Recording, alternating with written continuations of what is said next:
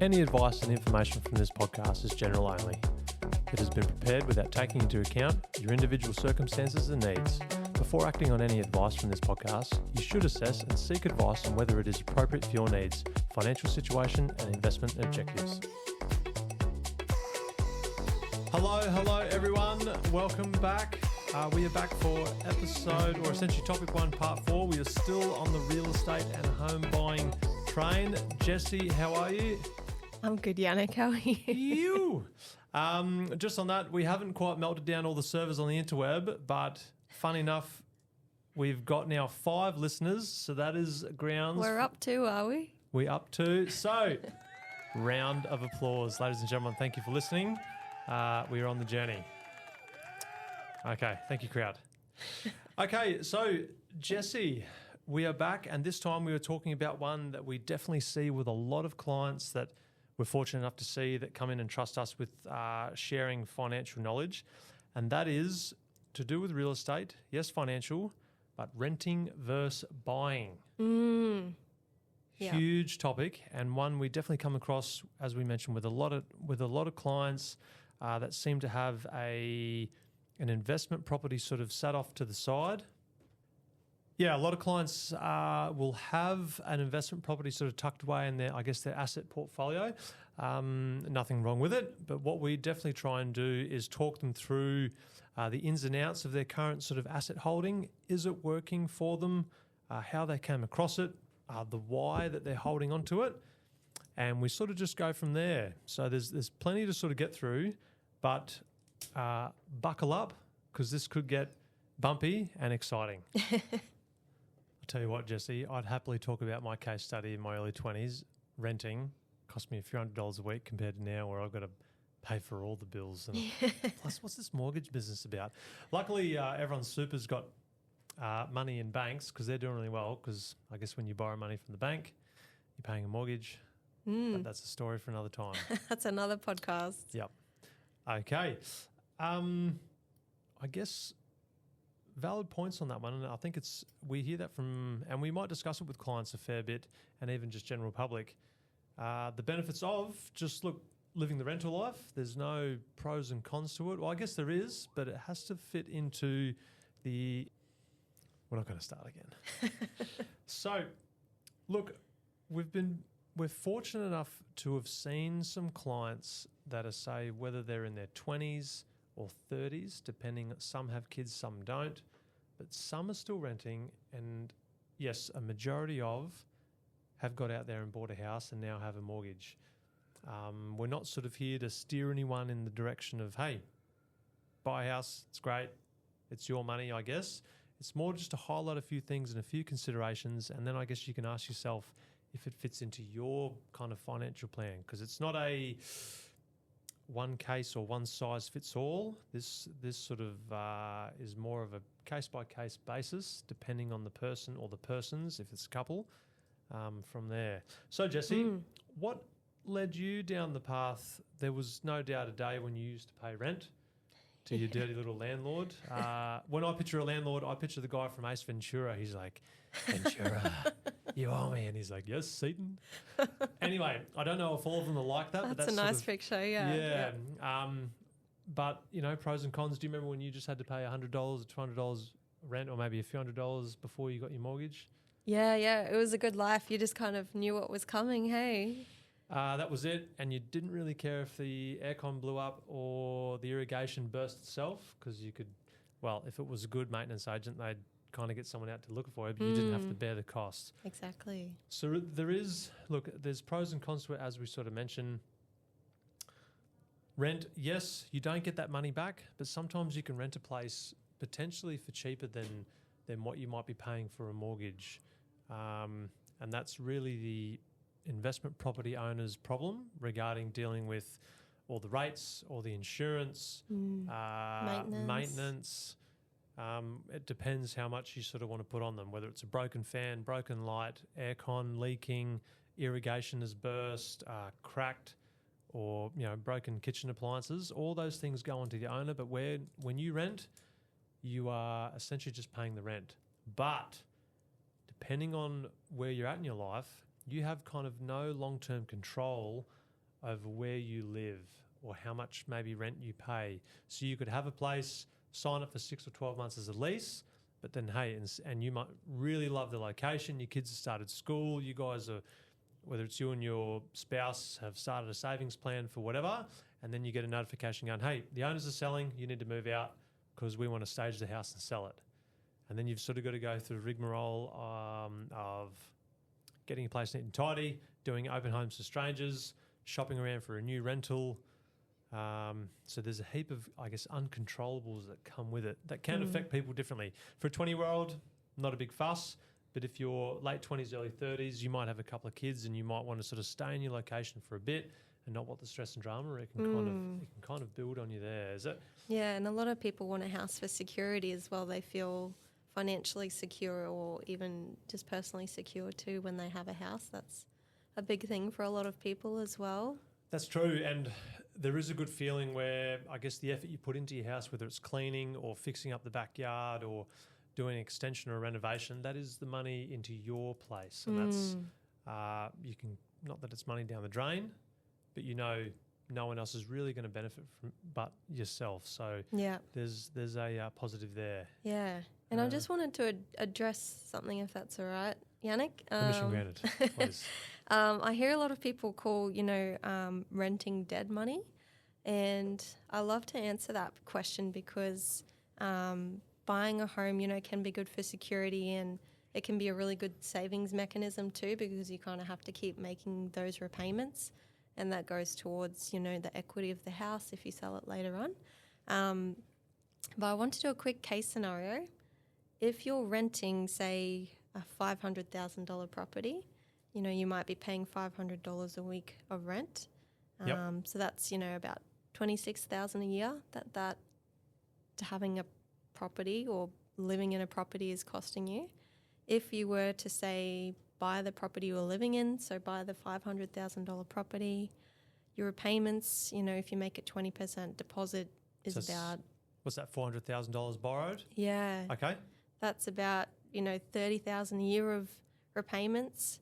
And then on top of that, like you mentioned before, rates, maybe about $3,800 just based on Townsville. Ooh, yeah. Insurance, maintenance. So, adding all that up, even if you don't have body corporate, that's, almost $37,000 a year. Yeah, okay. So the difference between buying and renting the same property, by renting, you're kind of almost saving yourself about $10,000 a year because you're not paying for rates, insurance, maintenance, the aircon and everything you mentioned like that. I thought when you build a place, nothing breaks, isn't it? No, of course. What is this? What kind of... Yeah, and is any of that, like, if you live in your own home and you pay those fees, let's just say your aircon blows in your own home, is that tax deductible? Nothing's tax deductible, is it, when we're talking about your own home? No, not if it's a primary residence. Yeah, that's true. Valid point. I kind of knew that. I just wanted to test Jesse's nuts. He's always testing me. Yeah. Okay, it's a bit of a downside, yeah. So essentially nothing to do with your owner-occupied home. The expenses you pay, whether it's the interest or the expenses Jesse outlined, are tax deductible. So, look, we can get into the good debt, bad debt later on, but your own home essentially it's in an asset, but there's no tax deductions there. So, and you can't really charge rent unless you want to start charging your kids rent at an early age. Can I tell everyone that's what I do to my 3 kids? Aren't they like 3? The youngest is 3. It's already started young, hey? This is Charityville. Damn. And that's a difference of $10,000. What would you do with $10,000 extra? Yeah. If you could invest it, Yannick. Which podcast? Is this the Family Financial Podcast or the Gambling is Anonymous podcast? Do with it what you will, all on red. Yeah, look, and we'll definitely go through maybe later in the later podcast what 10,000 invested now in, whether it's your super or an investment, what it could look like in 5 or 10 years. I know that $10,000 is a fair bit, especially if you've got a family and all the expenses that come into it. So that's a really good point to note, Jesse. Yeah, thank you. And if you're putting that $10,000, say, into an investment that's returning, 7-8%, that over the long term, if you put that deposit amount, say, of $100,000 into an investment, you got that difference of $10,000 a year. You're putting in extra into the investment. You end up with about over $300,000 in 10 years' time. Right. So dead money, I don't think is always applicable. If you're, renting and investing, it can actually be a really good thing. But I guess it's just based on your situation, and just wanted to give people options. Yeah, okay. No, valid point. Okay, you mentioned before, I guess we mentioned in our intro, so we did outline that there's no tax deductions with your house. So what are the other benefits? What are we hoping for with our house? Let's just say it's our kind of family dream home. Whether you've started a family or not, that doesn't matter. But we're going to have this house for 10, 15 years. Can you tell me if my house is going to grow in value? Oh, good question. Is that what I'm aiming for? Because I'd like to know, I'd like to think that, yep, I'm not paying rent, but I'm paying a principal and interest home loan. I'm fixing up all the stuff that my kids have broken. Is my house sort of growing in value in the background? And I know it comes back to the same thing. We're fortunate enough to meet a lot of people, especially in Townsville and around Australia, that have whether their own home or an investment property. And majority of the eastern seaboard of Australia in the last couple of years, especially post-COVID, have experienced capital growth.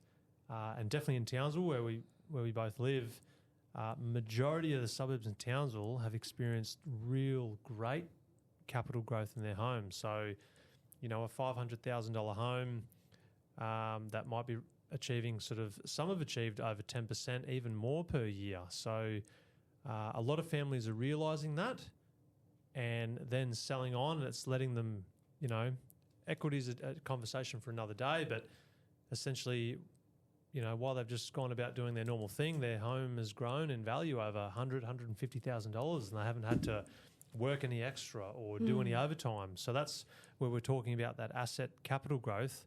It's grown in the background, and now they're kind of worth an extra $100,000 or $200,000 or $300,000 more. So, but the big question is, I guess we can't answer for everyone in Australia because we know we have millions of listeners all around Australia. Oh, easy, yeah. Yeah, so we can't answer the specific suburbs or even all the cities, but we sort of look at it when we look at the macroeconomics and how the nation's doing. Real estate is kind of growing for the period, but it won't always be like that. And every suburb is different. When you read the news and you see the national average, real estate has risen by 2%. Yes, that's the national average, but it doesn't mean that Sydney CBD is growing at the same rate or the same direction of Tasmania or Townsville or Brisbane, etc. Yeah, so point to note there. But hopefully you'd think if you're paying all those bills, then you are getting capital growth. Yeah, actually, I did have a quick look at Townsville since we live here. But we have, like you said, seen a lot of, especially clients who've, sold their properties grown by 100, 200,000. I had a look at, the average return over the last 10 years for Townsville City, the suburb, I guess, the main part. Yep. And it was about 4% on average each year.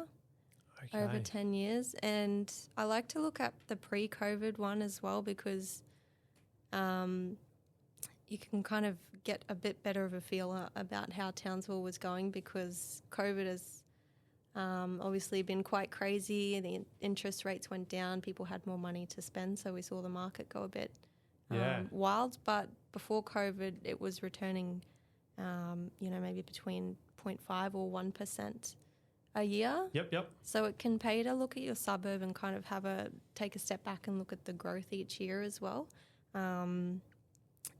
4% isn't too bad for Townsville at the moment, but I don't know if it's sustainable given that we're finding, clients and people are starting to struggle with the cost of living after all the inflation and the repayments and stuff like that. So it's probably not sustainable, that 4% amount, but we can see before COVID it was maybe 1% at best. So it might be, good to look. I had a look at On the House suburb research, I think, to have a look at the median growth. And there's plenty of websites that offer you kind of free access, isn't there, to data? Yep, it's not just bankers and financial advisors and accountants. You can sort of jump online, Google, On the House, Domain, realestate.com. You can kind of do a general sort of search and see what your area is achieving in capital movement or growth or negative. Yeah. But a lot of people have gotten lucky, I suppose, with the last couple of years with the high demand for houses and especially people. Townsville. Yeah, so Yep.